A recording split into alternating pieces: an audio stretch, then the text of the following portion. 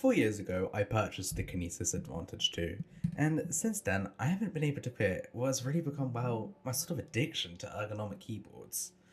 And after about 2 weeks of using Kinesis' latest, the mWave, I only have one word to describe it. Wow. Straight out of the box, the mWave nails all the fundamentals of a keyboard, the typing experience. The mWave uses low-profile Gatorons browns, which are great. They have the perfect amount of clickiness but tactileness. Not to get into the great browns tactile debate, these are actually tactile, unlike a certain other cherry MX browns I've used in the past. All I'm saying, the Gatoron, the low-profile Gatoron browns, they're actually tactile, and they're not too loud too, which means you can also use them in an office environment.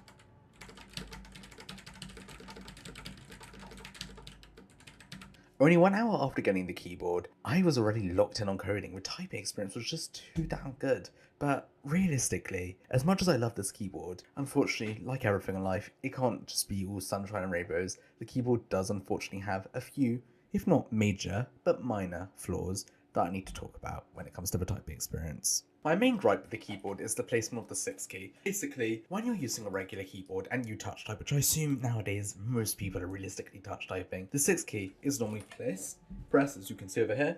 The 6 key is right over here. It is normally pressed with this finger when you're touch typing correctly. But due to the way the keys are laid out on this keyboard, the mWave, the 6 keys on the other side, which is really frustrating. Now look, don't get me wrong, after about 2 days or so, I was perfectly used to it, and I've gotten used to it in the past before with other Kinesis keyboards such as the Form, but it's really frustrating. I just wish they put the 6 on the other side. I know to do with the way, like the way the keyboard is laid out, it's not that simple, so the design and all that, but I just really wish they could do it, because 6 with this finger, it feels wrong. Another gripe I have with this keyboard is the arrow keys. Now look, don't get me wrong, unlike a certain fruit-based company which had some awful laptops and keyboards for many years, where the arrow keys were just, you couldn't feel them. If you were touch typing, it was very frustrating to find them. These are full-sized arrow keys. My issue is because everything is so compact and close together where the arrow keys are, I found myself hitting a lot of the keys. I either end up hitting the wrong arrow key what I want, or I end up pressing the wrong key. It's not the biggest deal, but it's kind of frustrating, and I kind of wish that like Kinesis would find a way to like, the little homework things. I kind of want them to put it like on the arrows. I feel like it made life easier. Another important factor of a keyboard, or well, at least a keyboard for Kinesis, is ergonomics.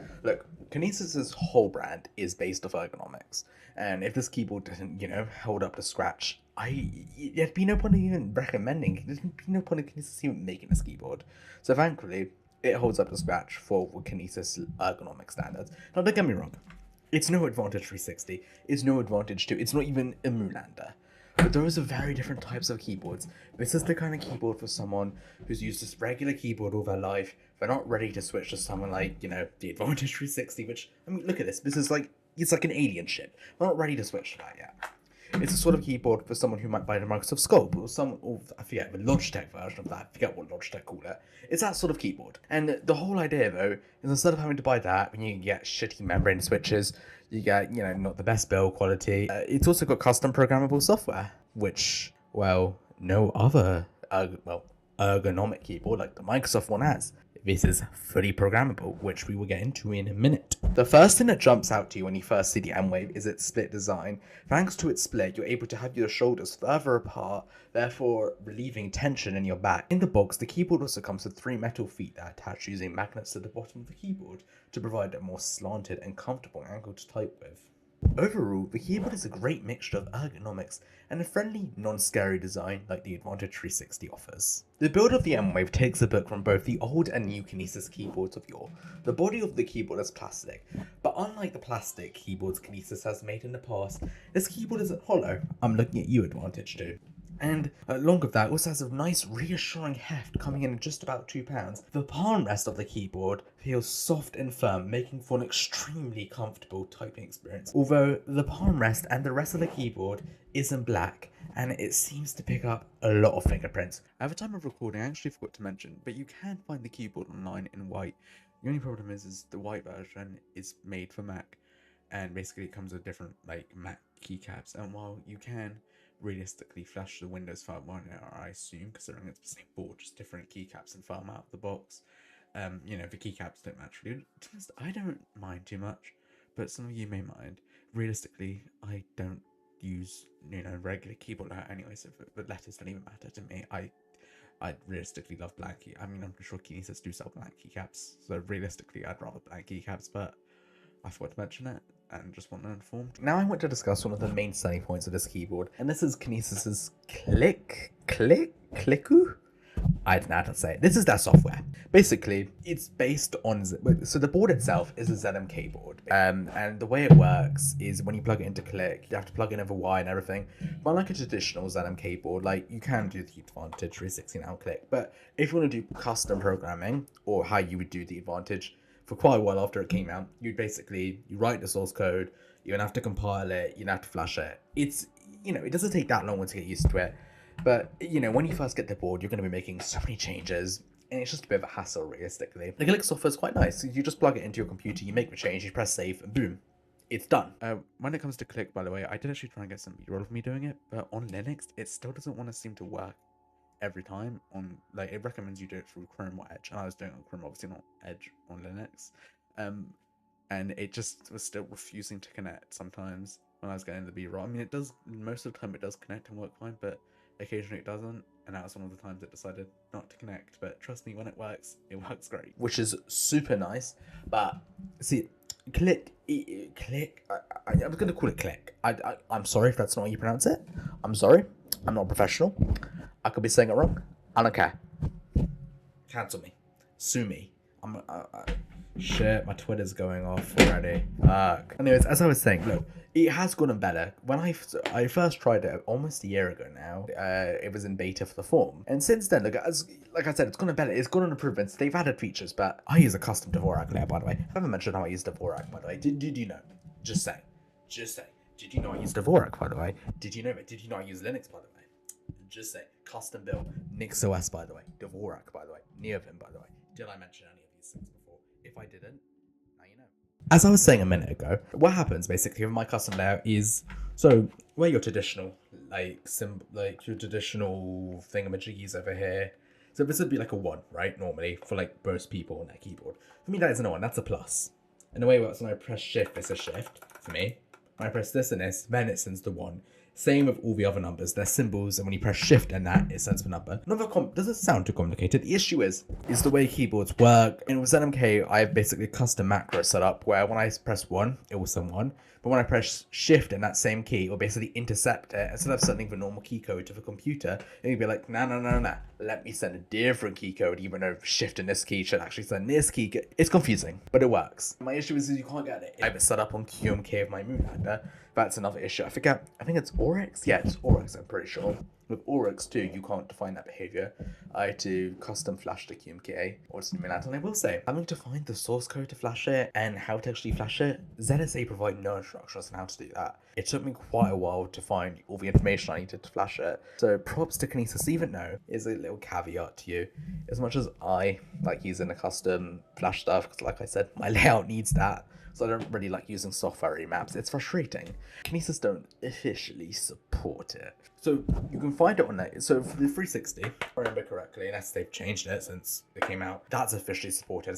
That's how you're originally supposed to do it. You also do support Click now, but the 360, yeah, you brick it, Kinesis will try help you. The thing is with the mWave and the form, yes, you can fork it from their GitHub, you can create it, you can flash it, but if you brick it, Kinesis says that it's not legally, because of like that what's it called? Terms and services, is that the word? I don't know. Whatever.